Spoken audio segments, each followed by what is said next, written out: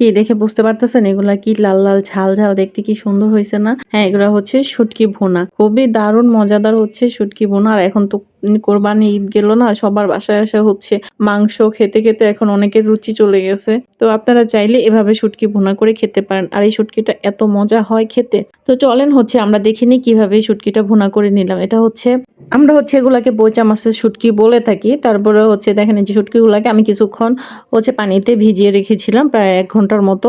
তারপর হচ্ছে আমি ভালো করে পানি দিয়ে শুটকিটাকে ধুয়ে নিলাম। তারপরে হচ্ছে কাঁঠালের বিচি হচ্ছে ছিলে তারপরে হচ্ছে কুচি কুচি করে কেটে নিলাম। আর সাথে দিলাম আলু। তা আলুটাকে দিয়ে আলু, কাঁঠালের বিচি, তারপরে হচ্ছে শুটকি, সাথে দিলাম হচ্ছে রসুন কুচি, কাঁচামরিচ, পেঁয়াজ কুচি, দিলাম হলুদ ১.৫ চামচের মতো হলুদ গুঁড়ো, মরিচ গুঁড়ো, লবণ আর পরিমাণ মতো তেল। এগুলাই হচ্ছে। আর অন্য কোনো মসলা দিব না আমি এর মধ্যে। তো এগুলোকে সব মসলাগুলো দিয়ে আমি ভালো করে হাতে মাখিয়ে নিতেছি। খুব সুন্দর করে আলতো হাতে হচ্ছে মাখিয়ে নিবেন।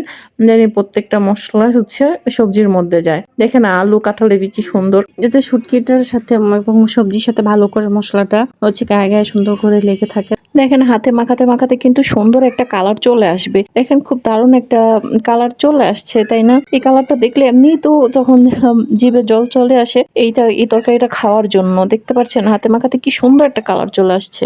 তারপর হচ্ছে ভালো করে হাতে মাখানো হয়ে গেলে আমি এখন এই পর্যায়ে দিয়ে দেব হচ্ছে পানি। এখানে পরিমাণ মতো পানি দেব। এখানে হচ্ছে পরিমাণ মতো পানিটা দিয়ে আমি আবারও একটু নেড়ে চেড়ে দিলাম। দেখতে পাচ্ছেন কি সুন্দর একটা কালার চলে আসছে। এটা রান্না করার পরে কিন্তু আরো সুন্দর একটা কালার চলে আসবে। তারপর এখন হচ্ছে চুলার মধ্যে দিয়ে তারপর হচ্ছে চুলার আঁচটা দিয়ে বলক আসা পর্যন্ত অপেক্ষা করবে। যে যখন বলক চলে আসছে এখন হচ্ছে বলক আসার পরের অবস্থা। এই যে দেখেন কেমন দেখা যাচ্ছে, খুব সুন্দর কালার চলে আসছে না, তাই না? এত সুন্দর একটা ঘ্রাণ বের হয়েছে। আসলে আমরা যারা শুটকি লাভার বা শুটকি খেয়ে থাকি তাদের কাছে কিন্তু এটা খুবই মজা লাগে।